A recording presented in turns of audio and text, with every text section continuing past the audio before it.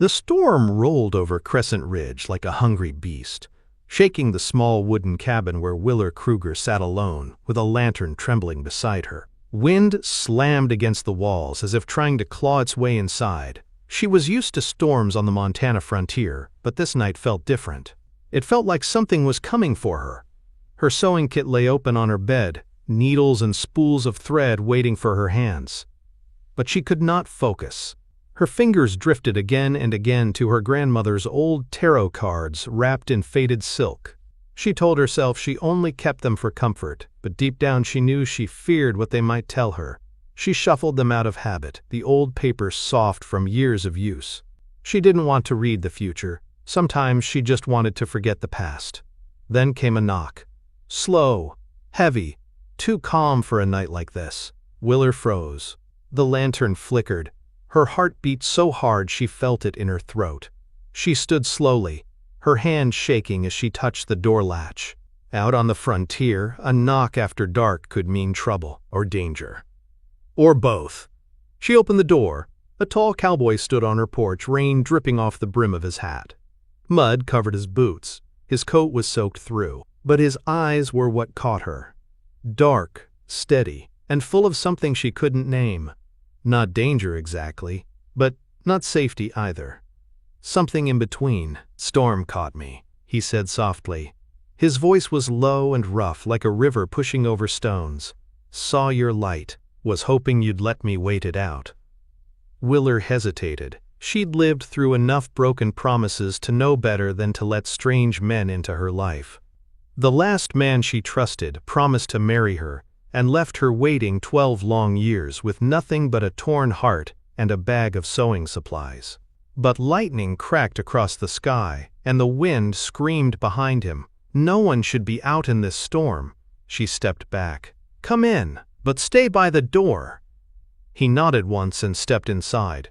Water dripped onto the wood floor as he removed his hat. He was older than she first thought, maybe mid-30s, with a strong jaw covered in dark stubble and hands marked by hard work.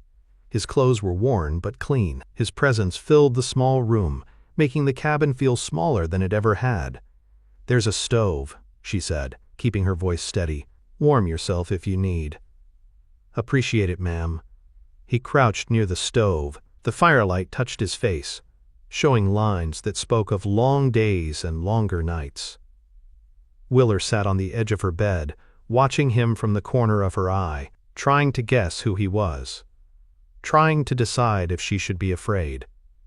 "You live here alone?" he asked. "I do." "Is that safe?" "As safe as anywhere else," she answered. He looked at her then. The flicker of concern in his eyes surprised her. Most men she met looked at her with curiosity or interest or something worse. But he looked at her like she was someone worth worrying about. "You new to Crescent Ridge?" he asked. 3 weeks. "What brought you here?" She hesitated. She didn't owe him her story, but something in the quiet way he waited made her answer. "I got tired of waiting for someone who wasn't coming back." He nodded as though he understood exactly what she meant. Silence settled between them. Outside, the storm beat against the walls. Inside, the lantern flame wavered. Her tarot cards lay on a wooden crate near the bed, wrapped in silk. She saw his eyes glance toward them. "You read cards?" he asked. "Sometimes," she said carefully. "Depends on who's asking." "I'm asking." Her pulse jumped. Most men mocked the cards, or feared them. But he asked like he meant it, like he respected whatever answer she gave. She should have said no. She had promised herself she would not bring the cards out in this town. Rumors spread fast on the frontier, and a woman alone with tarot cards could be labeled dangerous. But the way he watched her made something warm break open in her chest. "Come back when the storm ends," she said softly. He stood, picked up his hat, and looked at her for a long moment. Rain had quieted to a soft drizzle. "I'll be back," he said. When he stepped outside, the air in the cabin shifted. Willer closed the door slowly, her heart pounding. She pressed her palm to her chest as if trying to calm it. She didn't even know his name. But the cards in her pocket suddenly felt heavy, like they already knew it. she whispered to the empty room. What did I just do? The next morning, the sun rose pale over Crescent Ridge. Willer walked into the trading post where she rented a small sewing corner. Silas Montoya, the gruff owner, looked up from his ledger and said, "Cowboy came by asking for you." Her breath caught. "What cowboy?" "Tall one. Big shoulders. Name's Forest Hudson. Works the Bart Ranch about 6 miles north. Said he had something that needed mending." Forest Hudson. The name settled into her mind like it had been waiting there for years. At noon, he returned with a torn coat. When he laid it on her table, their eyes met, and the storm of last night roared back into her chest. "This didn't come from a fence post," she said as she inspected the rip. "You hit barbed wire." He smiled faintly. "Does it matter?" "Only to the truth," she answered. He stayed while she worked. He didn't talk much. He didn't flirt. He just watched her sew like her hands were something worth studying. When she finished, he paid her, then paused. "You still reading cards?" he asked. Her heart jumped. "Maybe." "I'd like a reading," he said, "if you'd allow it." "Come back tomorrow," she said quietly, "after the trading post closes. I'll be here." And as he walked away, she felt something shifting inside her, something she had buried years ago, something like hope, something like destiny. And the tarot cards waited for tomorrow like they already knew the ending she feared to see. Forest Hudson returned the next evening just as the sun slipped behind the hills and the trading post emptied for the night. Willer had already spread her tarot cloth across the small wooden table, though her hands trembled as she unwrapped her grandmother's old cards. She told herself she was doing this only as a favor. She told herself it meant nothing. But when Forrest walked in, tall and steady, his hat in his hands, and his eyes fixed on her like she was the only thing worth looking at, her breath caught. "You ready?" he asked quietly. "As ready as I can be," she said. He sat across from her and rested his hands on the table. The uneven lantern light flickered across his face, softening the sharp lines carved by years of hard work. He didn't look nervous. He looked certain, like he'd already accepted whatever the cards might show. "What do you want to know?" Willer asked. "What's coming?" Forrest replied. "Whatever that means." Simple words, but they made something deep inside her shift. She swallowed, shuffled the deck, and laid out 3 cards: past, present, future. She turned the first.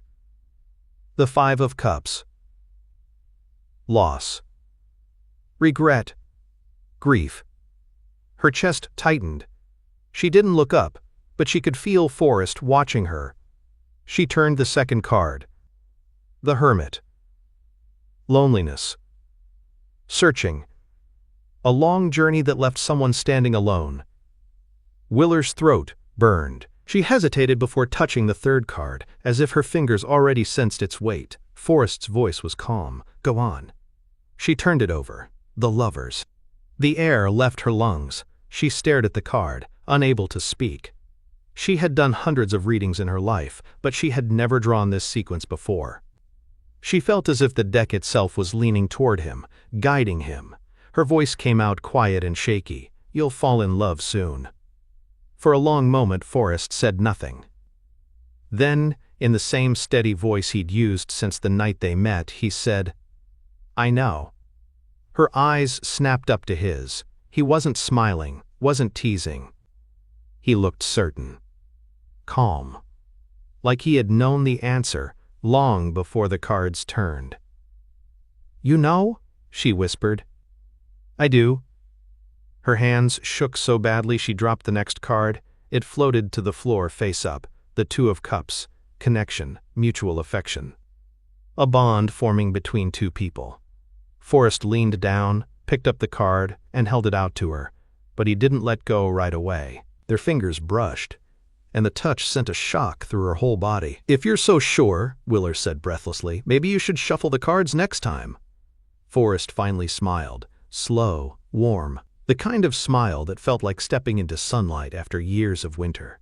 Maybe I should. He set 2 coins on the table, more than she charged, placed his hat on his head and walked out the door without another word. Willer didn't move for a long time. She stared at the cards glowing in lamplight. The lovers, the 2 of cups, and somewhere in the deck she knew waited the 10 of pentacles. Family, future, security. What just happened? She whispered. But her heart already knew. Forest came back the next day with a torn vest. He came the day after that with a shirt missing buttons. His excuses grew worse, but his smile grew warmer. Sometimes he stood by her table saying almost nothing, just watching her sew like he found peace in the sound of her needle. The women whispered. The men teased him. But Forest never looked embarrassed. Never wavered. He looked at Willer with a quiet patience that broke down every wall she'd built around her heart. One afternoon, a man lingered too long at her sewing table. Forest, pretending to check a barrel of biscuits, stepped closer. When the man left, Forest said in a low voice, "You don't owe anyone your time." Willer looked up, startled. "I know." "Good," he said. "Just make sure you remember it." Something warm spread through her, soft and unfamiliar. She didn't want to name it, but she couldn't ignore it. A week later, a fierce storm rolled across town. Willer tried to outrun the rain, but by the time she reached the barn behind the trading post, she was soaked to the bone. The wind screamed against the wooden walls. Then the barn door opened again. Forest stepped inside, dripping wet. His voice rose over the storm. "You all right?" Willer nodded, wiping her face. "Storm just got ahead of me." He walked toward her, boots squishing in the wet hay. Lightning lit his face for a moment, showing worry etched deep in his expression. She stepped backward, but her foot slipped. She fell forward with a gasp. Forest caught her around the waist before she hit the ground. His hands were strong, his body warm. They were close, too close, and her heart beat fast enough to hurt. "If you wanted me to hold you," he said gently, "you could have just asked." Willer's jaw dropped. She smacked his shoulder with her wet hand. He grinned, playful for the first time since she'd met him. The grin made something inside her crack open. She laughed. The sound startled her. She hadn't laughed like that in years. The barn felt too quiet now, too soft, too full of something she didn't dare name. "Forest," she whispered. "Willer," he answered, his voice low. He leaned in, the space between them shrinking, the storm roaring outside like it wanted to drown the moment.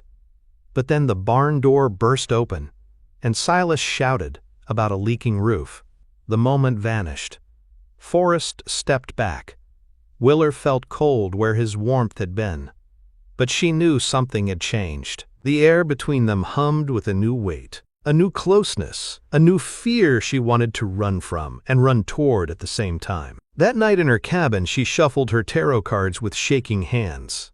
"I'm scared," she whispered to the quiet room. The cards said nothing, but her heart answered anyway. She wasn't scared of Forest. She was scared of how much she wanted him to be right. Rumors spread fast across Crescent Ridge, the same way storms traveled the open plains.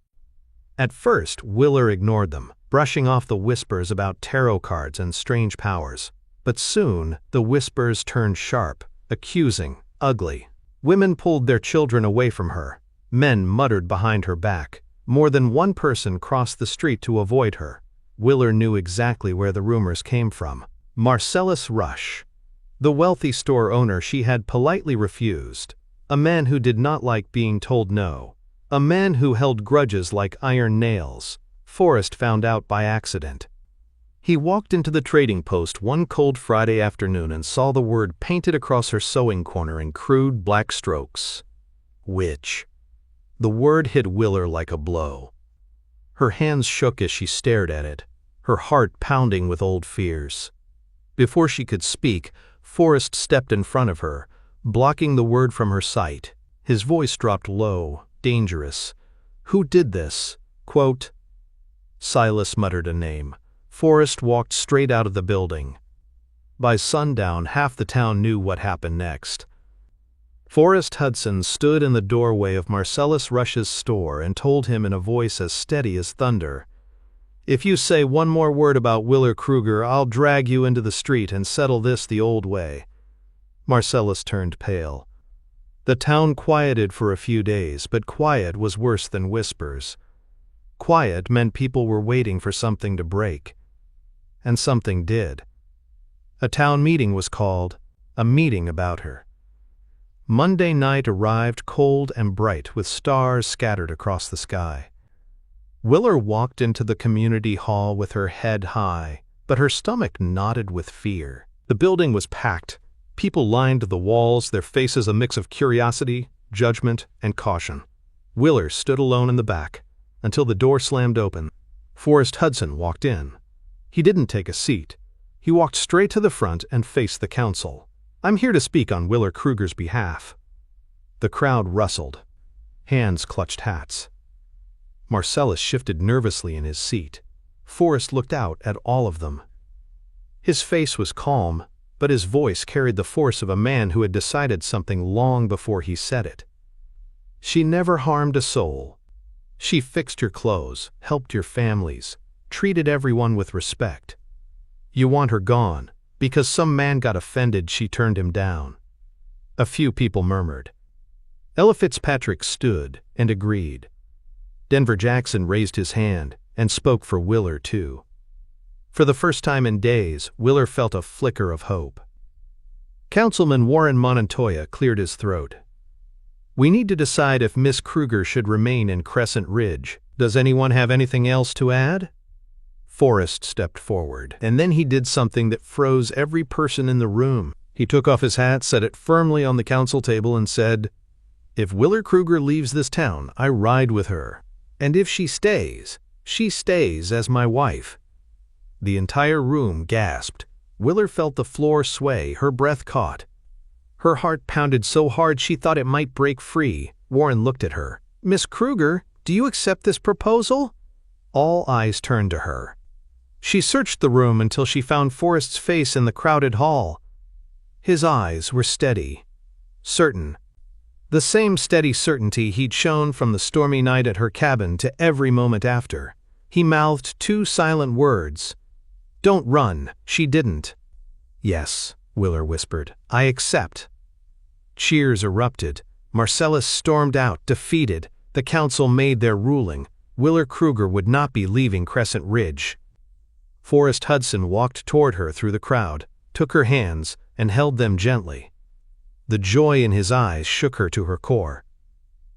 "You really said yes," he murmured.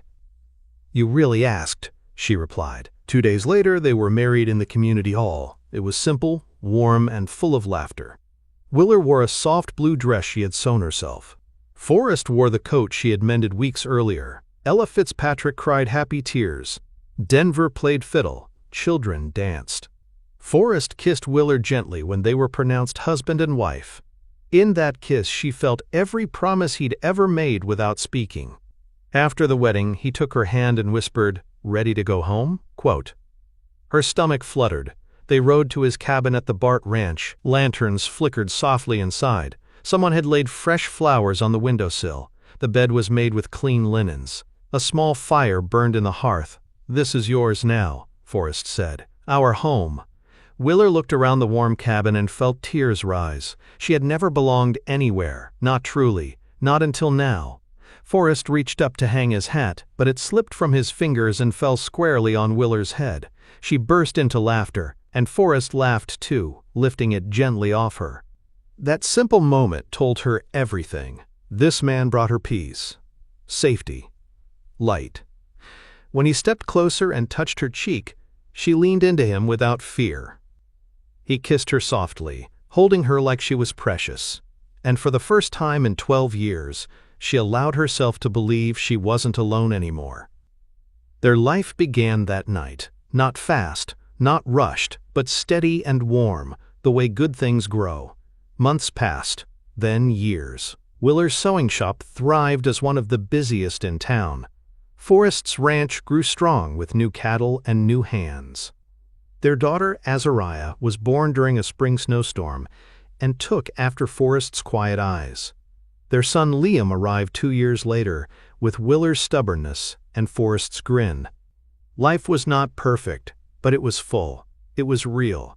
It was theirs, built from storms, stitched with hope, held together by promise. One summer evening, as the sun burned orange over the open plains, Willer sat beside Forest on the porch, watching their children chase fireflies. She leaned her head on his shoulder and whispered, "I didn't know life could be this good." Forest kissed the top of her head. "Neither did I." She smiled. "Forest? When I told you your cards said you'd fall in love soon, why did you say you already knew?" Forest turned to her, eyes warm and steady, the same way they'd been since the first night she saw him. "Because the moment you opened your door, I knew I'd found the place I was meant to stay." The wind brushed across the porch. Fireflies glowed like tiny stars, and Willer felt her heart settle with a peace she had searched for her whole life. The cards had pointed the way, but Forest Hudson was the one who stayed. And that made all the difference.